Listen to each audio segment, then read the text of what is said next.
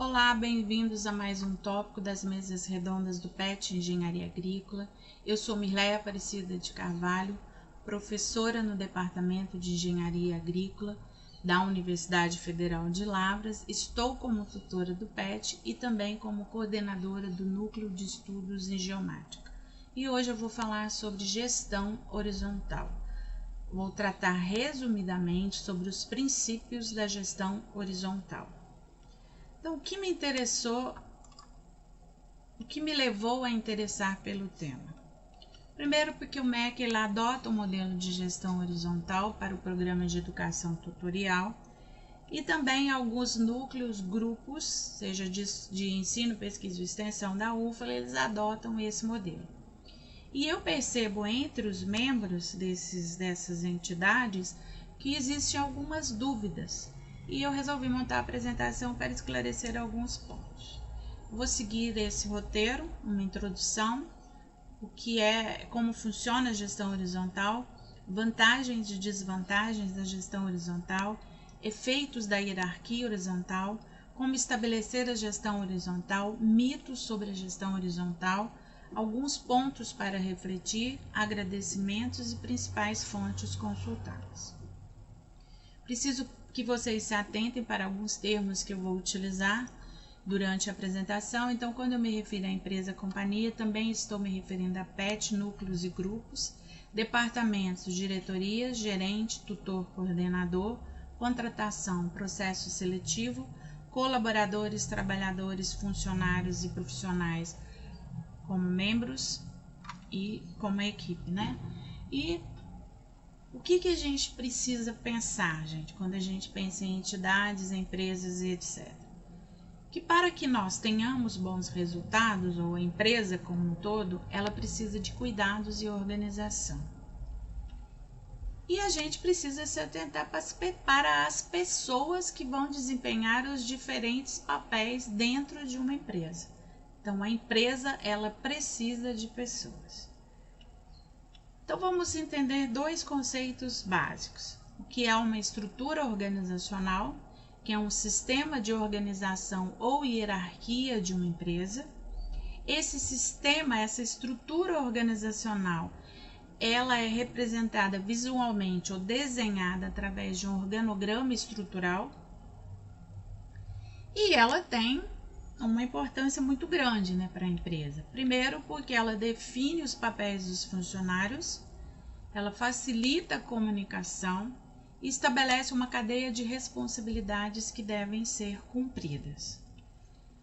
Então, mas antes de falar sobre os princípios da gestão horizontal, eu vou comparar com a gestão vertical, tá? E vai ficar mais fácil a gente visualizar, porque a gestão vertical é mais comum, né? É um modelo mais comum para a gente. Então, pensando aqui no organograma estrutural, a gente percebe na gestão vertical, né, a hierarquia. Então, existe aqui uma valorização de poderes. A gente tem aqui o topo, o meio e a base. E já na gestão horizontal, não existe essa valorização de poderes. Então, todos os funcionários, eles podem optar, então, eles começam a ser incluídos no processo de discussão da empresa, eles são incentivados a se reportar a um gerente, e aí no caso do PET seria tutor, no caso dos núcleos grupos o coordenador, né, ou os coordenadores, e isso é um modelo bastante comum em pequenas empresas, tá? No caso de tomadas de decisões, então, no modelo vertical, as decisões elas são de cima para baixo, então elas seguem uma hierarquia. Os colaboradores, eles recebem um conjunto de orientações e devem trabalhar de acordo com o que lhes é passado. E já na horizontal, existe a capacitação dos funcionários para tomada de decisões, existe um incentivo à consulta à administração sobre questões mais importantes. A equipe ela é gerida por meio de metas estabelecidas e, lógico, a gente precisa considerar as políticas da empresa, até mesmo por questões de segurança, né, de normas aí de segurança. A colaboração entre os funcionários. No modelo vertical, ela acontece em um ambiente muito estruturado, que inclui reuniões e monitoramentos constantes. Na horizontal, ela tende a acontecer mais organicamente, e os funcionários eles têm contato aberto um com o outro, e isso facilita essa troca de ideias, né? E aí a gente pode obter um conjunto, né, de atividades que todo mundo pode realizar junto. A comunicação na vertical ela tende a ser mais lenta, mesmo porque a gente precisa seguir uma hierarquia, e na horizontal ela tende a ser mais orgânica. Então, as tomadas de decisões elas são feitas estrategicamente no momento certo. Então, essa comunicação ela flui mais naturalmente de um setor para outro. Então, como funciona? O método organizacional, né, ele se baseia na estrutura sem valorização de relações de poder, como eu falei anteriormente. Então, todos interagem igualmente. Isso vai depender do nível da quantidade de hierarquia ou dos níveis de hierarquia que a gente decide, né, retirar da empresa. Se apoia na ideia de que trabalhadores são mais produtivos quando eles são envolvidos no processo de decisão. Incentiva uma forma mais participativa, então as decisões elas são tomadas em conjunto e, portanto, a responsabilidade ela é dividida entre todos os membros. Os profissionais eles ganham mais responsabilidade e, portanto, eles recebem mais autonomia, então eles são incentivados a se posicionar. Se baseia em 2 pilares, a autonomia e diálogo. E a liderança ela é flexível e por propósitos. Então, o que é flexível?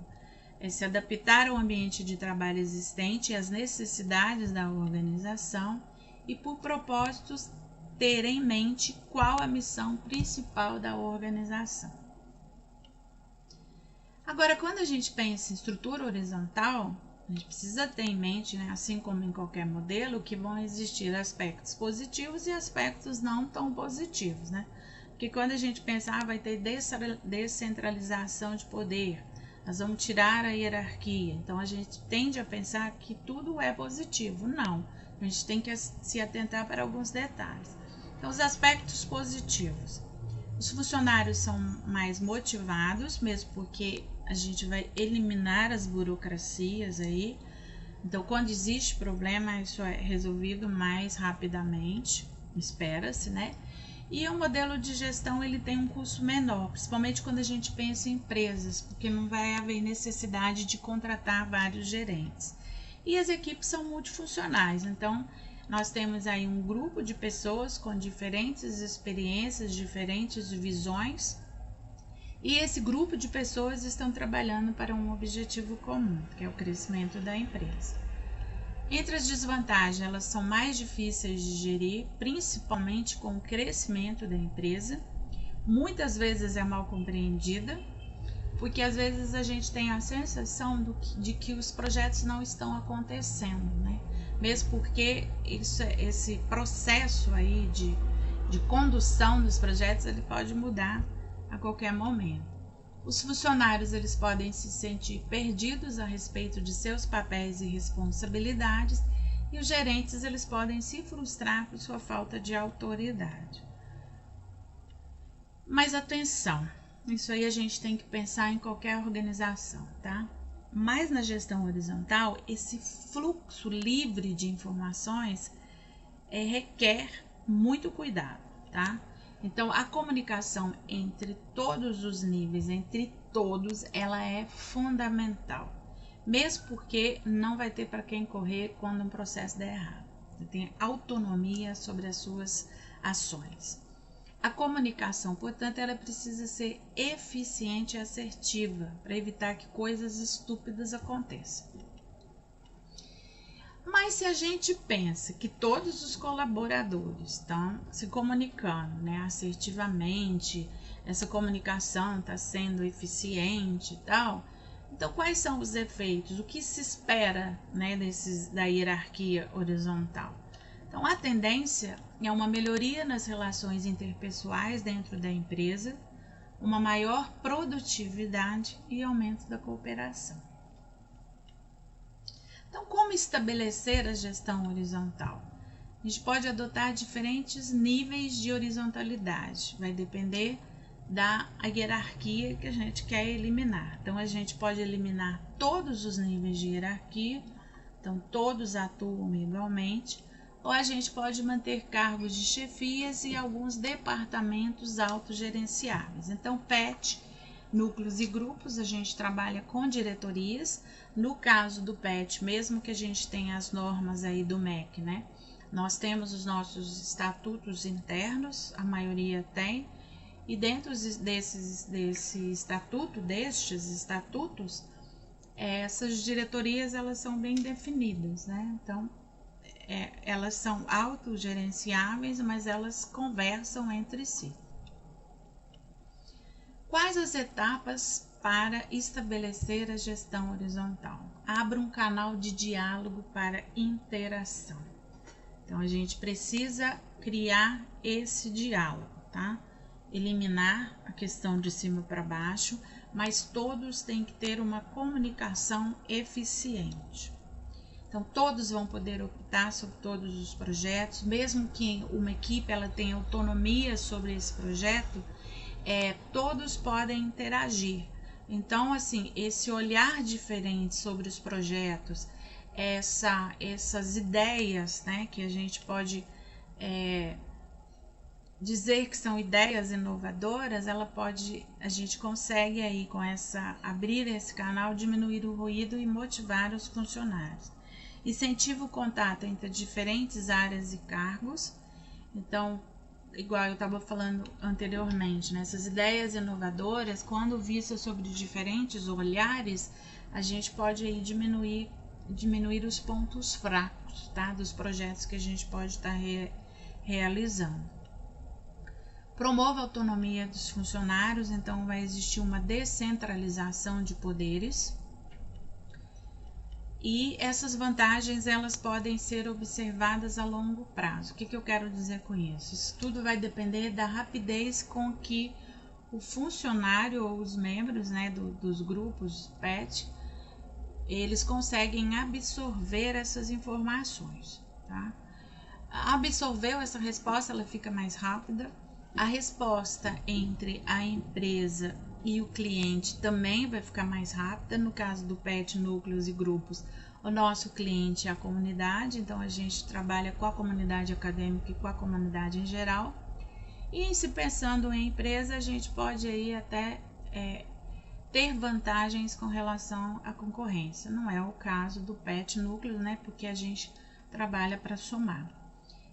Só que para que isso aconteça, precisa selecionar bem os candidatos. Então, no processo seletivo, como eu disse, para o PET e os núcleos, a gente tem que procurar candidatos que se sintam estimulados para enfrentar problemas, tenham capacidade de dar respostas rápidas e consigam organizar o próprio tempo, sem ter ali um chefe monitorando o tempo todo.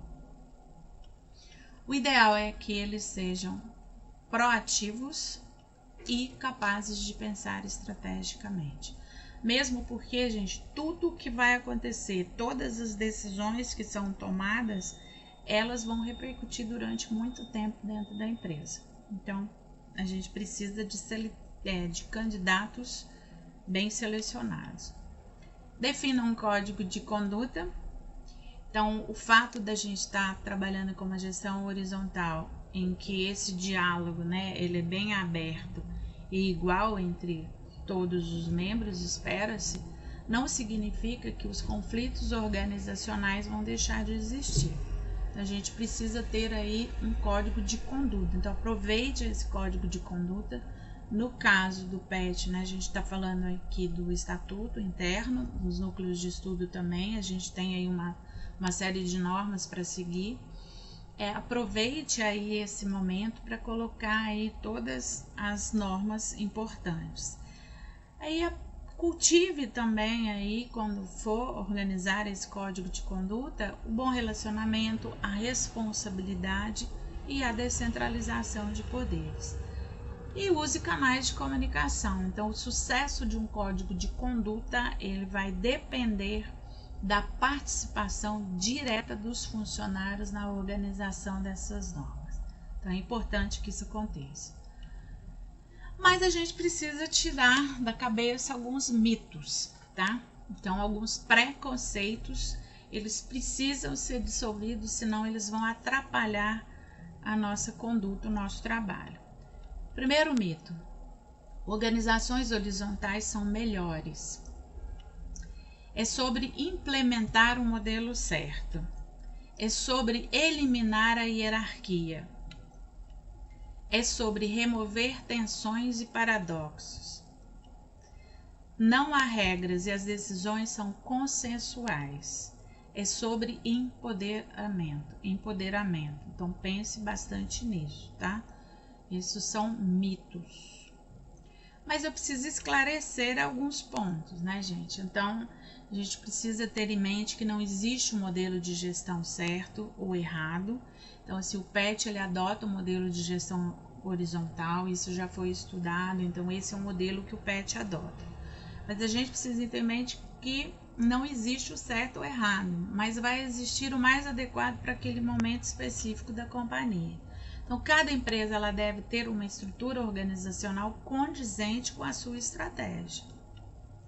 E a pergunta será: qual funciona melhor para a empresa? E alguns pontos para refletir, tá? Então, por mais que a gente tenha conhecimento, é importante que a gente desenvolva aí o senso crítico e pense bastante a respeito. Como um colaborador ou uma colaboradora entende quais são as suas responsabilidades dentro da empresa, e me refiro também a PET, núcleos, grupos de ensino, pesquisa e extensão? Se não existe um modelo certo de gestão, por que o MEC adota para os PETs o modelo de gestão horizontal? Analise tudo que discutimos aí, tudo que eu falei e pense por que o MEC adota esse modelo. Tem se comportado como um colaborador ou uma colaboradora que entende realmente o modelo de gestão horizontal?